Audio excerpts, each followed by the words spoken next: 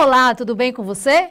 Está começando o MPTV, o seu canal de comunicação com o Ministério Público da Paraíba. No programa de hoje, você vai saber o que o Ministério Público Estadual e a Polícia Civil estão fazendo para combater o crime organizado e o tráfico de drogas na região do Alto Sertão. Também vai saber o que a Promotoria da Saúde de Souza tem feito para garantir que pacientes do SUS tenham acesso a medicamentos, exames e até cirurgias.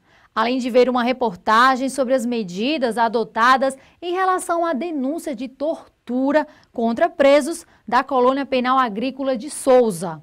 No estúdio, vamos receber a promotora de Justiça, Silvana Targino. Ela vai falar sobre o Congresso Os Novos Paradigmas do Direito da Família, que vai ser realizado em João Pessoa. Fique com a gente, o MPTV está no ar.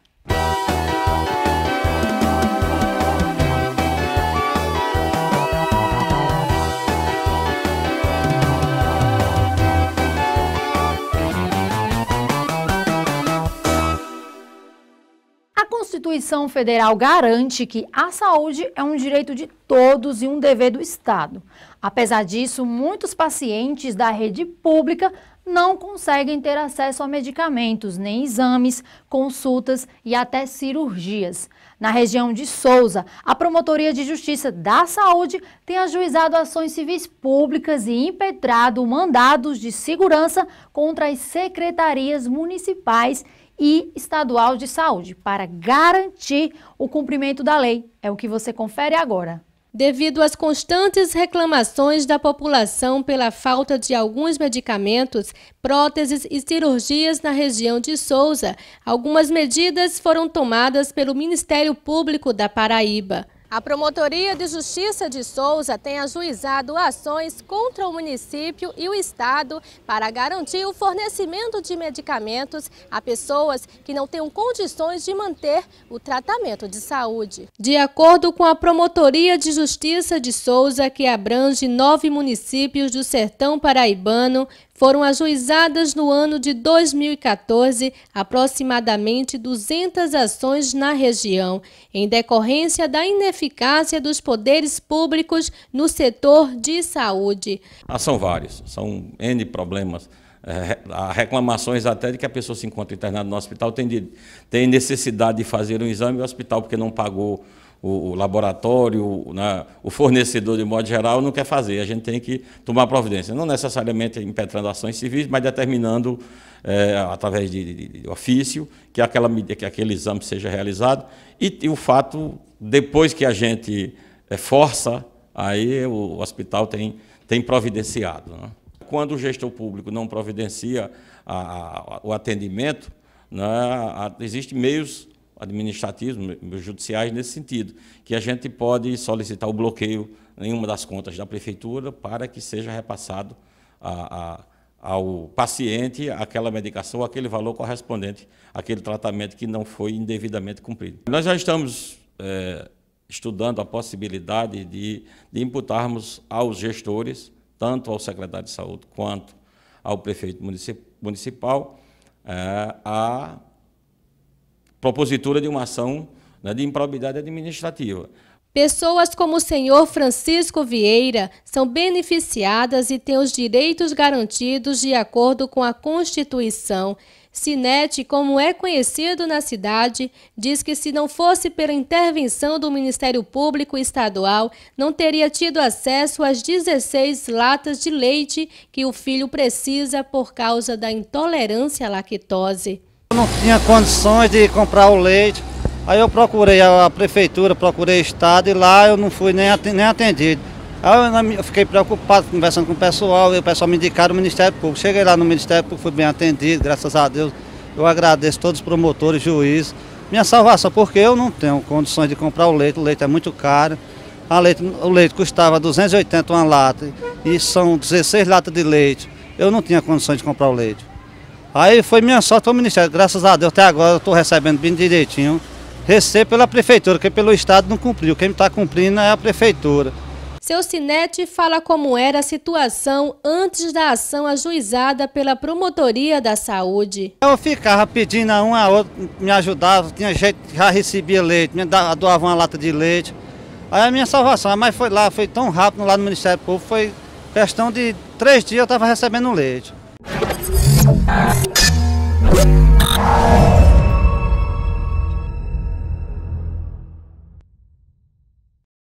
A Lei 8.080 de 1990, também conhecida como Lei do SUS, estabeleceu no artigo 6º o direito à assistência terapêutica integral, inclusive farmacêutica. É com base nisso e no artigo 196 da Constituição Federal que juízes e tribunais têm determinado ao poder público a obrigação de fornecer medicamentos aos pacientes.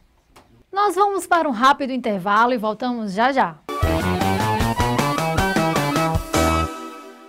A gente sabe que o futuro da nossa cidade está na mão dos nossos jovens.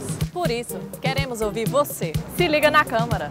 Saiba o que os especialistas têm a dizer sobre saúde, educação, infraestrutura. Conheça os seus direitos. A Câmara está aberta. Se liga na Câmara.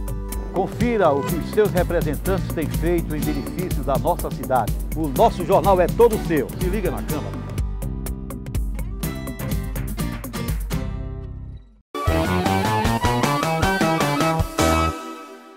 O crime organizado é um problema que já faz parte da realidade de muitos municípios do Alto Sertão da Paraíba.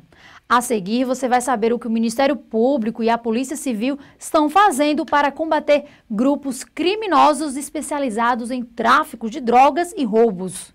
A tranquilidade e a sensação de segurança que caracterizavam as cidades do interior da Paraíba já não fazem mais parte da realidade dos sertanejos, que também passaram a conviver de perto com a violência. Com o objetivo de combater o crime organizado e o tráfico de drogas no Alto Sertão da Paraíba, o Ministério Público Estadual e a Polícia Civil vêm agindo contra essas ações criminosas. Em 2014, um trabalho realizado pelo Ministério Público, em conjunto com as polícias civil e militar, desarticulou um grupo criminoso com atuação nos municípios de Souza, Pombal, Cajazeiras, Patos e cidades do Vale do Piancó. O trabalho resultou na Operação Tempestade no Sertão. Além do tráfico de entorpecentes e de armas de fogo, a quadrilha praticava roubos e distribuía drogas para todo o estado. A operação teve uma importante participação da Promotoria de Souza, que em dezembro do ano passado ofereceu denúncia criminal contra 8 pessoas envolvidas. Essa investigação ela partiu da Polícia Civil, que a partir de alguns elementos que a própria inteligência da Polícia Civil vinha colhendo, ela iniciou uma investigação e ela solicitou, junto ao Ministério Público, uma reunião com nós promotores que atuávamos aqui na região. Nós fizemos a reunião e, a partir disso, aconteceram os elementos de investigação, interceptação telefônica e demais instrução criminal, e demais atos da instrução criminal. A partir de então, descobrimos, né, através desses relatórios que nos foram encaminhados pela Polícia Civil, a existência de um pesado esquema de tráfico de drogas, uma organização criminosa, que, dentre as principais atuações dessa organização criminosa, estava especializada no tráfico de drogas na região, né, com polos em Souza e em Pombal, né, e inclusive através o mandante, o chefe da organização criminosa, se encontrava preso na época, né, e comandava a partir do presídio PB1, né, em João Pessoa. E também, entre outros crimes praticados pela organização, se você pode citar roubos, latrocínios, inclusive homicídios mercenários, né? Tudo encomendado a partir do chefe da organização criminosa que se encontrava preso no PB1, no Presídio de Segurança Máxima. O secretário de Segurança Pública da Paraíba também falou sobre a operação e disse que o combate ao crime organizado no sertão do estado continua. Tempestade no Sertão surgiu, na realidade, a partir daquele assalto que houve em Princesa Isabel. Há mais de 2 anos atrás, E a partir dali, toda aquela quadrilha foi presa. Aquela quadrilha foi presa, um ou dois aqui na Paraíba, e os demais foram presos ou mortos fora do estado, com a participação da Polícia da Paraíba. E grande parte foi presa no estado do Tocantins, naquela ocasião. E alguns remanescentes que sobraram continuaram sendo investigados. E em relação aos crimes que são mandados dentro dos presídios, como é que a polícia tem feito em relação a isso?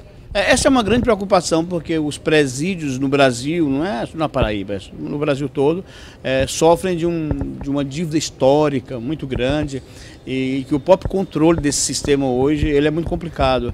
E a gente sabe que muitos desses crimes partem de dentro dos presídios.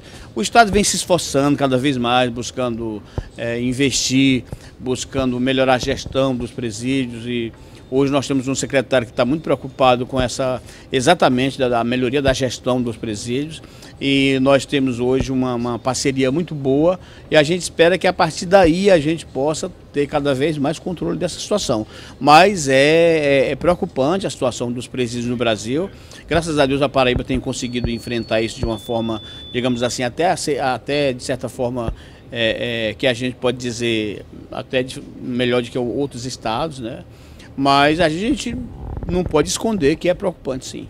O tráfico de drogas nas cidades do interior tem destruído a vida de muitas pessoas e famílias. O problema tem exigido dos gestores municipais políticas públicas de assistência social e de saúde, que passam a receber cada dia mais pacientes. Em Souza é atuante a atenção do Conselho Tutelar, CAPES, CREA e CRAS da cidade, junto à Sociedade para a Prevenção do Consumo das Drogas.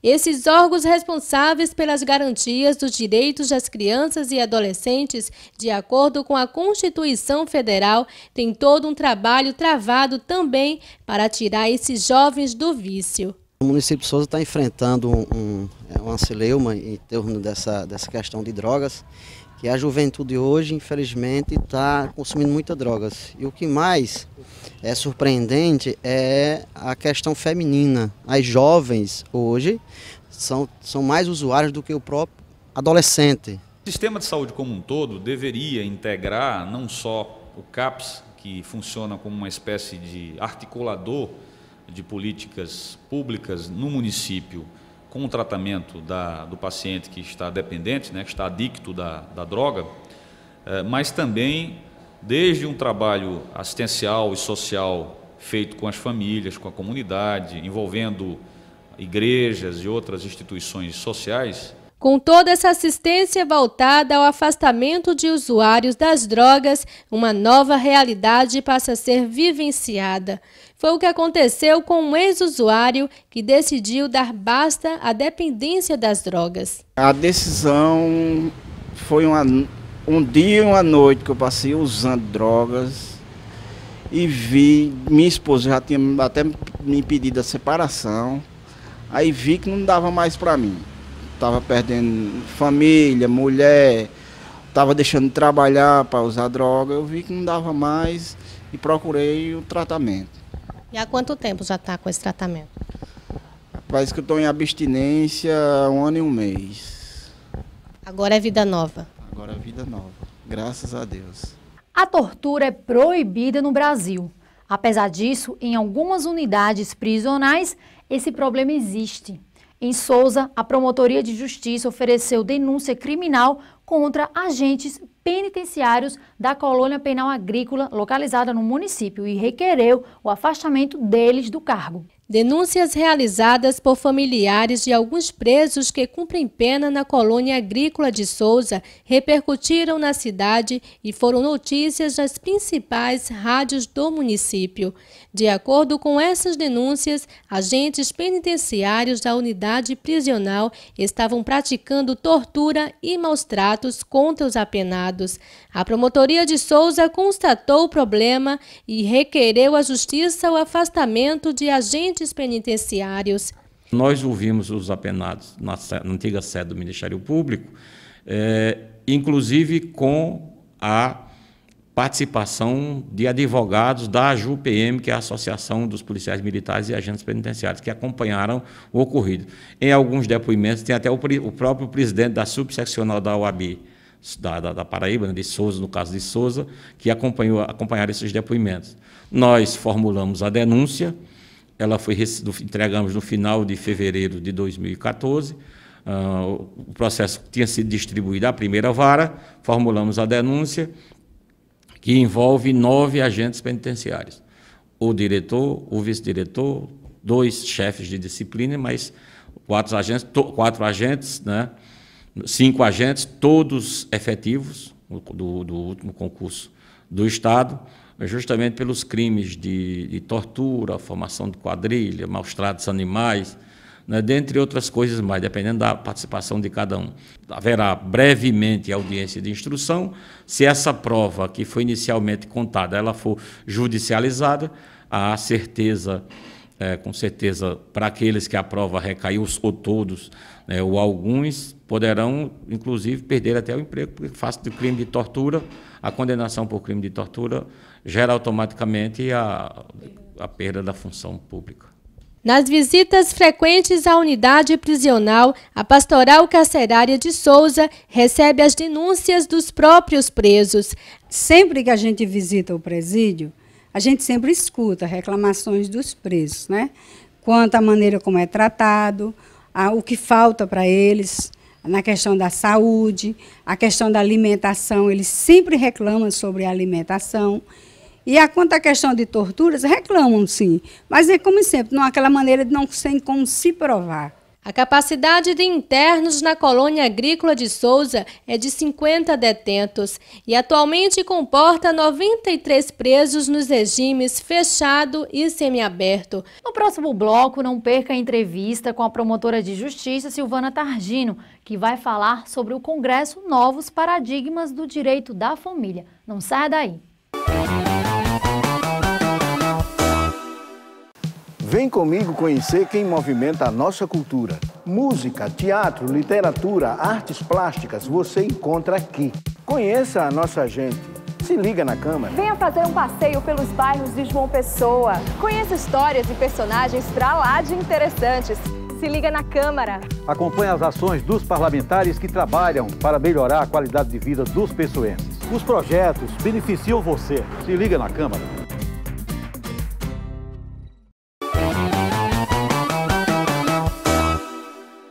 Nesta edição, o MPTV recebe no estúdio a promotora de justiça Silvana Targino. Ela vai falar sobre o Congresso Novos Paradigmas do Direito da Família, que vai acontecer em maio aqui em João Pessoa.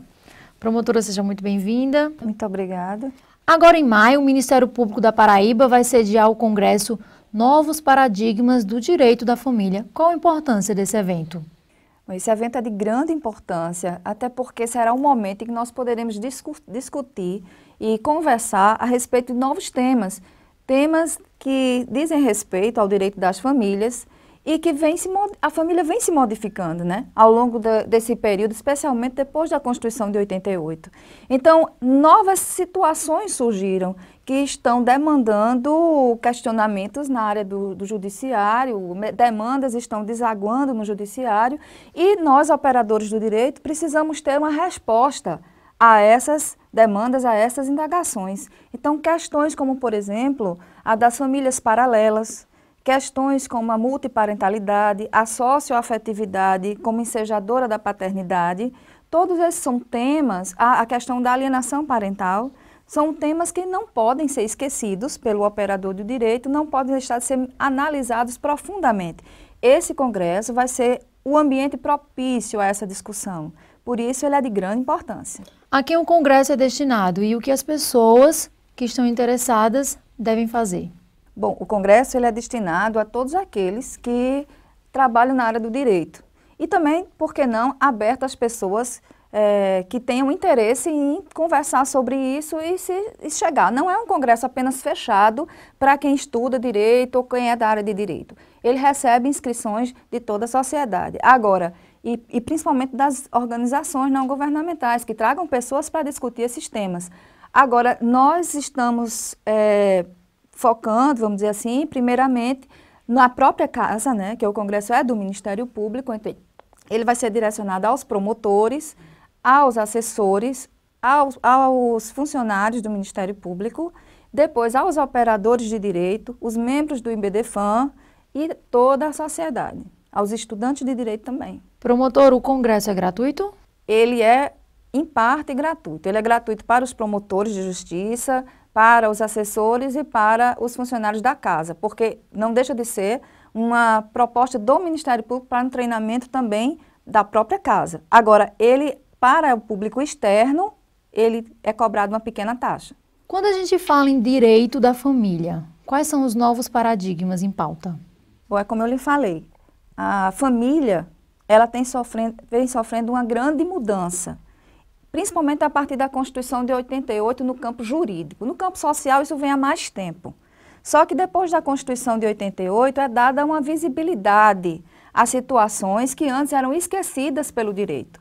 Então, hoje nós lidamos com a questão do casamento homoafetivo, nós lidamos com a questão da multiparentalidade, como eu falei, nós lidamos com a questão das famílias reconstruídas, certo? Nós lidamos com a questão das famílias que não são formadas, por exemplo, na monoparentalidade, com apenas um dos pais.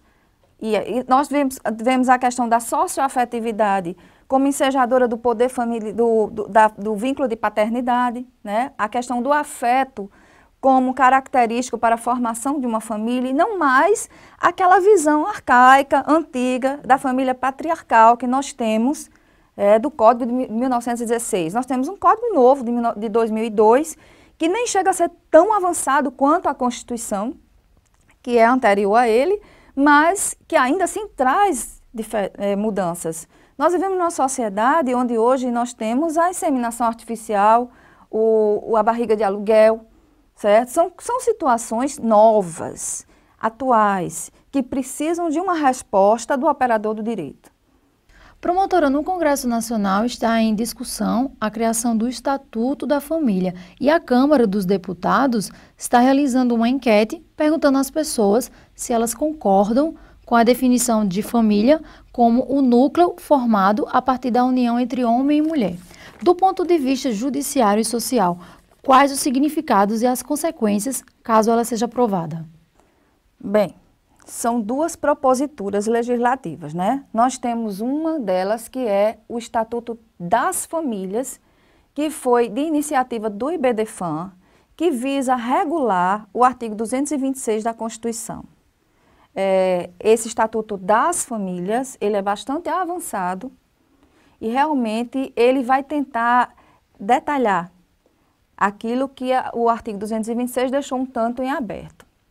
E existe uma outra propositura que é o Estatuto da Família, que é de iniciativa da bancada evangélica.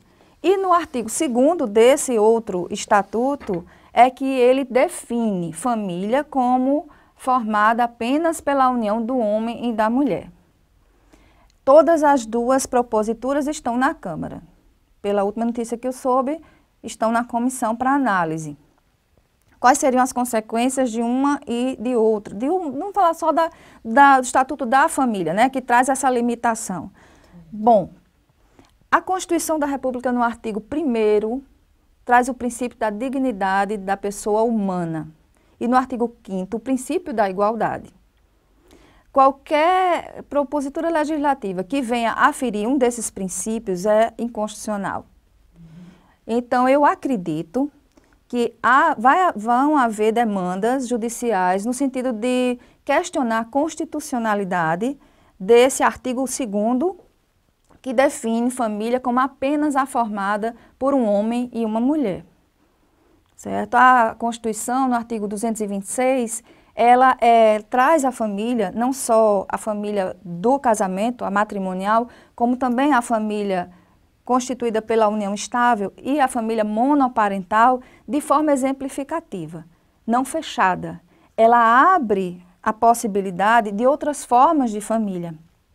E a doutrina tem estudado essas outras formas de família, como, por exemplo, a família anaparental, né, a família ligada por laços homoafetivos. Então, assim, hoje nós temos na sociedade uma gama de instituições que são consideradas famílias, que são ligadas por laço de afeto, que têm aquele respeito ao princípio da solidariedade familiar e que não podem ser esquecidas pelo ordenamento jurídico, simplesmente. Nós não vamos repetir o erro do passado. Né? No direito de família anterior, por exemplo, os filhos eram tratados de forma totalmente desigual, o que não é mais permitido hoje pela legislação. Então, assim, existe um princípio no direito de família que é o princípio do não retrocesso. E é uma opinião minha, não tenho como não externar.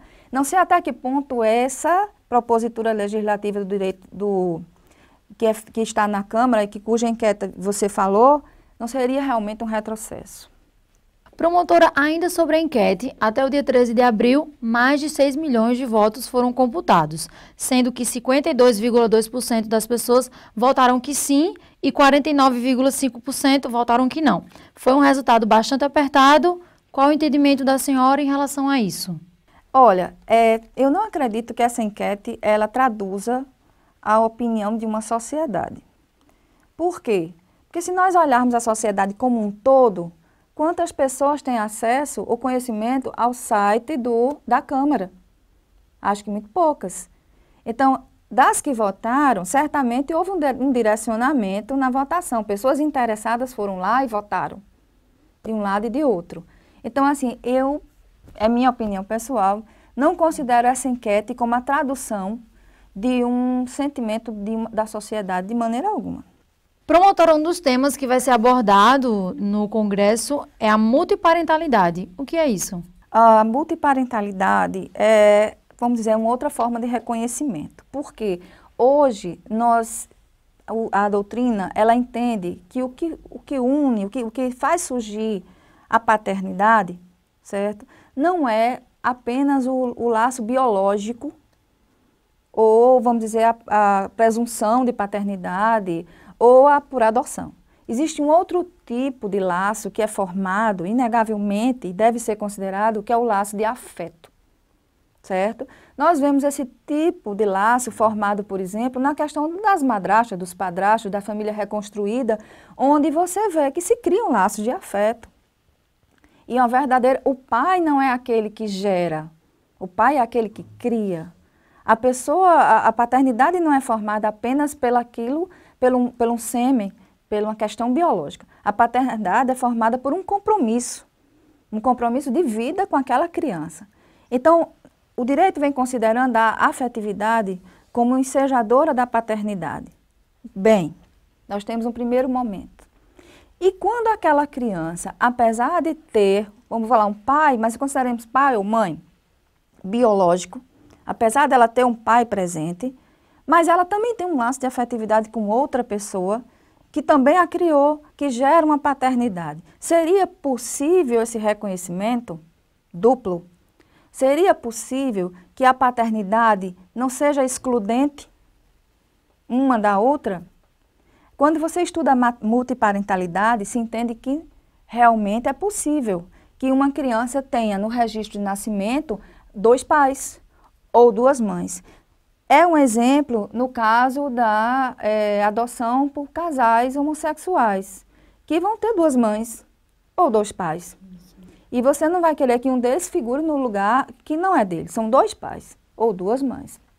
Então, isso é a multiparentalidade. É a possibilidade de se ter inscrito no registro de nascimento mais de um pai ou mais de uma mãe e a consequência, todas as consequências patrimoniais e etc. de sucessão que disso deriva. Qual o perfil que o promotor de justiça deve ter para atuar na área de direito da família no Brasil? Mais uma vez eu vou entrar um pouco na minha opinião pessoal, né? A primeira coisa certamente que para atuar na área de família a pessoa tem que ter um senso conciliador. Entender que a família, quando se trata de família, a gente não pode ter uma visão somente jurídica, mas uma visão multidisciplinar. Muitas vezes, por trás de uma questão jurídica, há todo um drama familiar que a psicologia ou um assistente social teria muito mais condições de detectar e de solucionar. Então, o operador do direito, quando ele trata de direito de família, ele tem que estar aberto a outras especialidades, propício a escutar, certo? Pronto a não julgar e disposto a conciliar. Porque quando você encontra uma boa conciliação, é muito melhor do que uma decisão judicial que muitas vezes é impositiva à família e que nem sempre vai satisfazer a realidade daquele núcleo familiar. Promotora, para finalizar nossa entrevista, gostaria que a senhora convidasse os telespectadores e todos os interessados a participarem do Congresso. Bom, eu queria convidar todos para se fazer presente a esse momento de discussão, em que nós possamos, assim, contribuir juntos, todos juntos, para a melhoria e para a visibilidade das decisões que digam respeito a essas famílias. Tem muita gente precisando ver seus direitos garantidos, ver sua situação discutida, ver a sua vida melhor solucionada no âmbito jurídico. E esse é um momento em que nós poderemos discutir, abrir a nossa visão, entender melhor a situação social que se apresenta e analisar esses novos paradigmas do direito das famílias. Então, eu convido a todos para participar desse evento e estar lá para discutir o assunto. Muito obrigada pela sua entrevista. Eu que agradeço. O MPTV termina aqui. Outras informações sobre a atuação do Ministério Público paraibano você encontra no portal www.mppb.mp.br. Até o próximo programa.